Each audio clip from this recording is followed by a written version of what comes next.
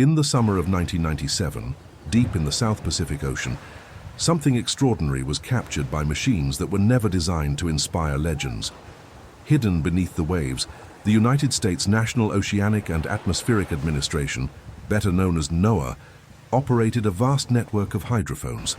These were underwater microphones originally created during the Cold War, meant to detect the faintest hum of enemy submarines. For decades they listened in silence, recording the endless noise of the ocean, the crack of shifting tectonic plates, the distant rumble of volcanic eruptions, and the mournful songs of whales. But then, one day, they picked up something different. The sound was unlike anything the scientists had heard before. At first it began as a low, almost imperceptible murmur, but within moments it rose in pitch, stretching across the deep in a way that felt strangely alive. It wasn't a short burst like an earthquake, and it wasn't steady like the roar of a volcano. It had a rhythm, an almost organic cadence that lasted for over a minute. Even more baffling than the sound itself was its sheer volume. It was so powerful that hydrophones located over 3,000 miles apart recorded it clearly. To put that into perspective, the songs of the largest blue whales, the loudest known animal on Earth, can travel hundreds of miles. The Bloop, as it would soon be called, dwarfed even that. Whatever had made this sound had to be unimaginably massive. For the scientists at NOAA, curiosity quickly turned to unease. What could possibly generate a noise of such scale? If it was a living creature, it would have to be bigger than any species ever documented. If it wasn't biological, then what kind of force could mimic life so convincingly? When the story leaked to the public, fascination erupted. Researchers gave the sound a simple nickname, the Bloop. But that plain label belied the sense of wonder and dread it evoked. Newspapers ran headlines about a giant, unknown ocean creature. Online forums lit up with speculation. And among ordinary people, the question spread like wildfire. What on Earth or beyond Earth was lurking in the abyss? The discovery instantly set the stage for one of the most enduring ocean mysteries of modern times. If you love mysteries of the deep, don't forget to like this video and subscribe to the channel for more chilling stories like this one. To understand why the Bloop created such a stir, we need to look closely at its unique signature. The sound wasn't just loud, it was structured. Recordings showed an ultra-low frequency rumble that slowly climbed in pitch. It was subtle, yet powerful enough to be detected across the Pacific. Scientists first compared it to known natural events. Could it have been an earthquake? Seismologists quickly ruled that out. Earthquakes produce sharp bursts, not minute long rises in frequency. Could it have been a volcanic eruption? Again, the data didn't match. Volcanic rumbles are steady and chaotic, but the Bloop had an eerily consistent rhythm, as if it were a call rather than a catastrophe. Next came the comparison to marine life. Whales are known for their haunting songs, some of which reach frequencies so low that human ears cannot detect them without special equipment. The Bloop's pitch range fell into a similar category, but there was a catch: volume. The intensity of the Bloop suggested that if it had been produced by a whale, that whale would have to be several times larger than the blue whale, which already stretches over 30 meters in length and weighs up to 200 tons. The location of the sound added yet another layer of mystery. It was traced to a remote region of the South Pacific, not far from South America and close to Antarctica. This wasn't just any patch of ocean. It was one of the least explored regions on Earth, home to trenches miles deep, ecosystems shrouded in darkness, and geological forces barely understood. If there was anywhere on the planet for something colossal to hide, this was it. And so the puzzle deepened. Nothing geological quite fit. No known species could account for the size implied. No human-made technology seemed capable of producing such an organic, far-reaching signal. One by one, the ordinary explanations were dismissed. What remained was an enigma, one that felt as though it had emerged from humanity's oldest fears of the sea. Whispers of a hidden leviathan began to spread. Could it be a new species of whale, one so massive it had eluded us for millennia? Or was it something far stranger, perhaps a relic from prehistoric times, something we thought extinct, but which had survived, undetected, in the deep? Others dared to ask an even wilder question: Could it be something not of this earth? The deeper the scientists dug into the data, the more unsettling the mystery became. Far from bringing clarity, every analysis seemed only to make the bloop feel more alive, more otherworldly. News of the bloop spread far beyond NOAA's laboratories. What had begun as a dry, technical report quickly evolved into one of the most captivating mysteries of the late 1990s. Scientists presented their cautious findings at conferences, but the public imagination ran far ahead of the data. Headlines declared the possible discovery of a giant sea monster. Radio programs speculated on hidden leviathans, and in the early days of internet forums, the bloop became a viral phenomenon long before social media existed. People were fascinated because the story played into something primal, our deep, almost instinctual fear of the ocean. For centuries, sailors had told tales of impossible beasts lurking beneath the waves. The kraken that dragged ships into the abyss, the leviathan that swallowed sailors whole. Stories once confined to folklore suddenly felt chillingly real again. Even mainstream media couldn't resist. Articles appeared in major newspapers describing the event in dramatic language. Documentaries hinted at the possibility of unknown creatures larger than any whale. The very name bloop became part of popular culture, referenced in cartoons, movies, and online communities. What made it so compelling was the fact that scientists couldn't immediately explain it. It wasn't just another hoax. It was real data recorded by credible instruments analyzed by serious researchers. And yet, NOAA remained cautious. Their official statements acknowledged the sound's mysterious nature, but stopped short of drawing conclusions. This restraint only fueled more speculation. If the experts didn't know what it was, maybe it was something extraordinary.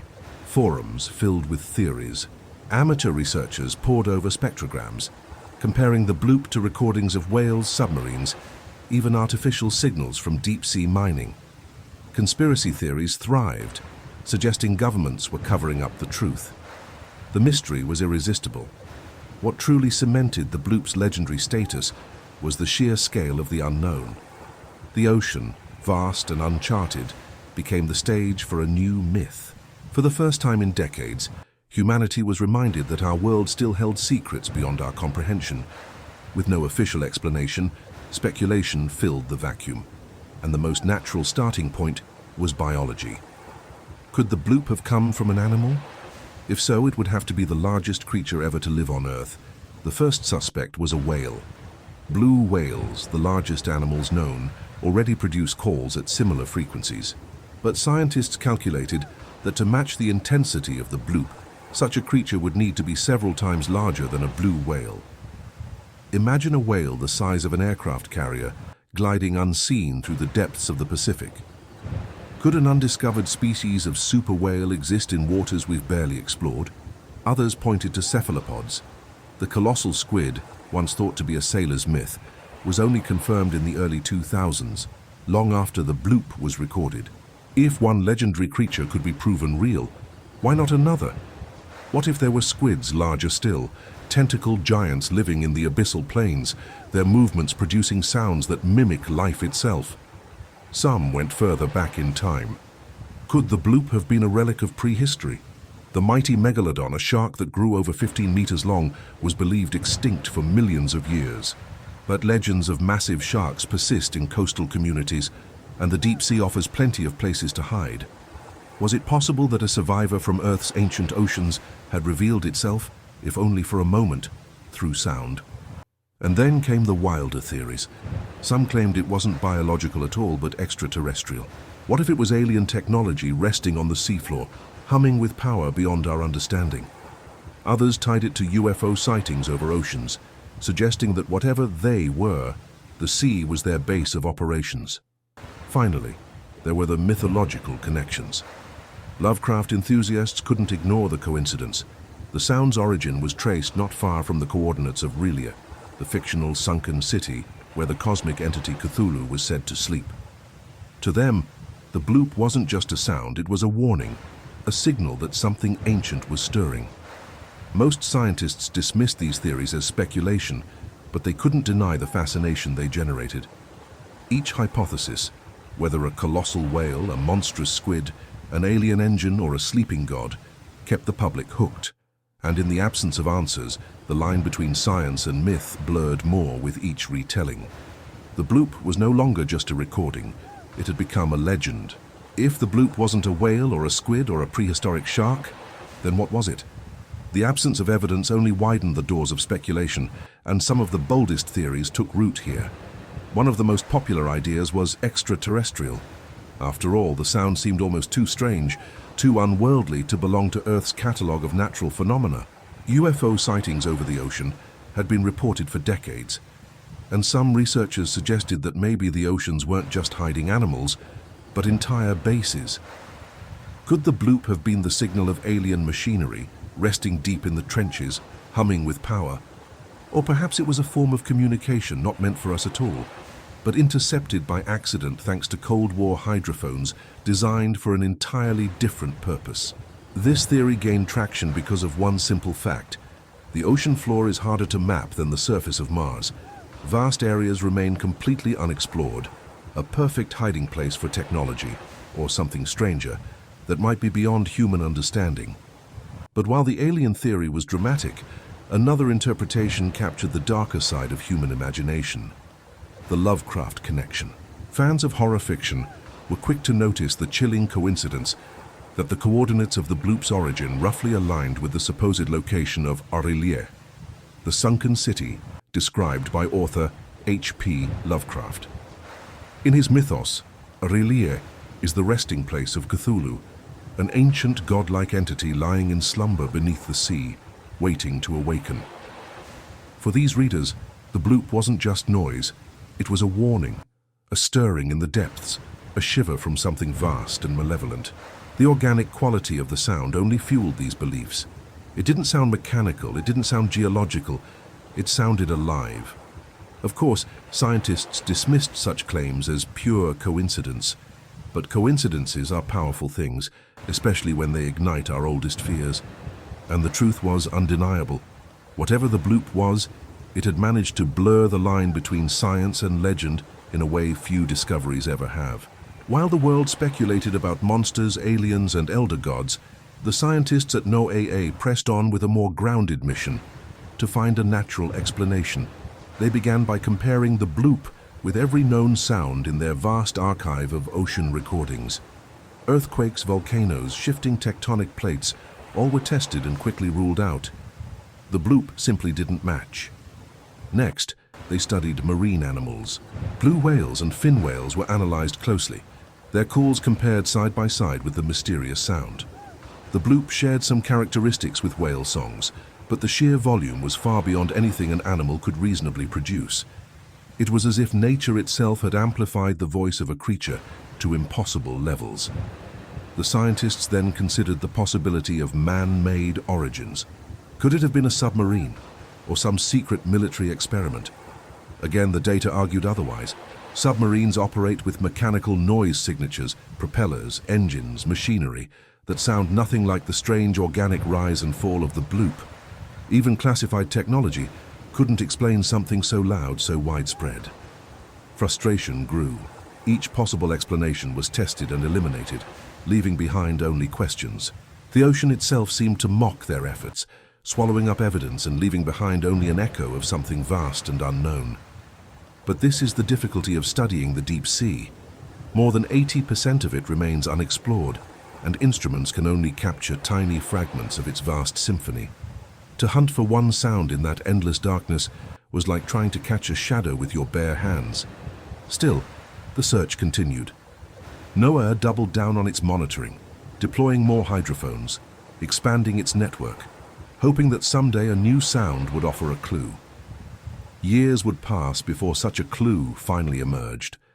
But when it did, it would change the entire narrative around the bloop.